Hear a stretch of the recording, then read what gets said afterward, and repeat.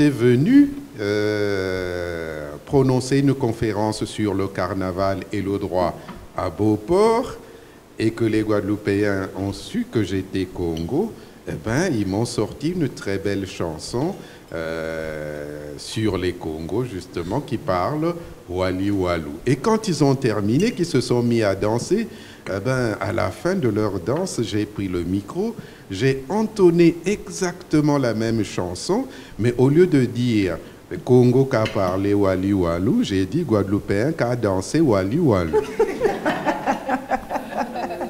Avant, on avait plus de choses en commun. Et maintenant, je trouve comme quoi, comme faut nous donner des exemples. Par exemple, notre danse, notre joie de vivre, et puis nos expressions, même si on ne le fait pas de la même manière comme le chip là, c'est de chez nous. Ça vient de chez les Noirs pour moi.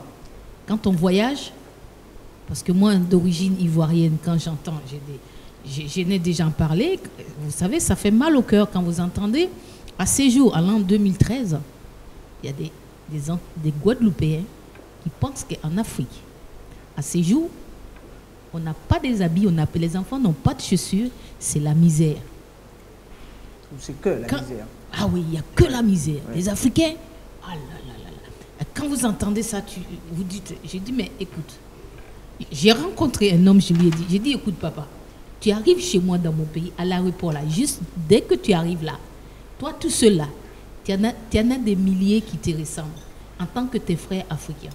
Moi, avec le recul, je sais que j'ai beaucoup appris en fréquentant les Africains et jusqu'à maintenant, parce que moi j'avais aussi beaucoup d'idées reçues, mais c'est vrai que nous, et même à l'époque, bon, maintenant je pense que ça a beaucoup changé, mais à l'époque, lorsque il y a de ça peut-être une vingtaine d'années, quand une jeune fille épousait un Africain, oui, c'était une jeune fille antillaise épousait un Africain, alors là les parents n'acceptaient pas du tout, parce que pour les parents, ben voilà, c'était, et je dirais pas la mort, mais enfin pour les parents c'était pas souhaitable.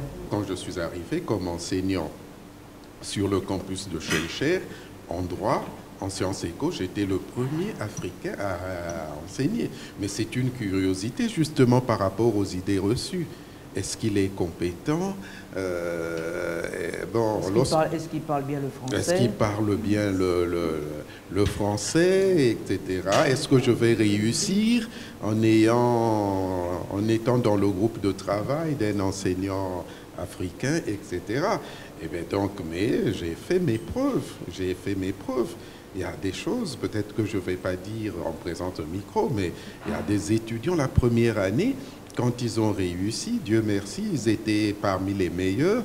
Ils sont venus me voir que bon, mais on avait peur de ne pas réussir parce qu'on était avec vous. Et l'année d'après, ben, ils sont venus majoritairement s'inscrire dans mes groupes. J'étais à l'époque chargé de TD.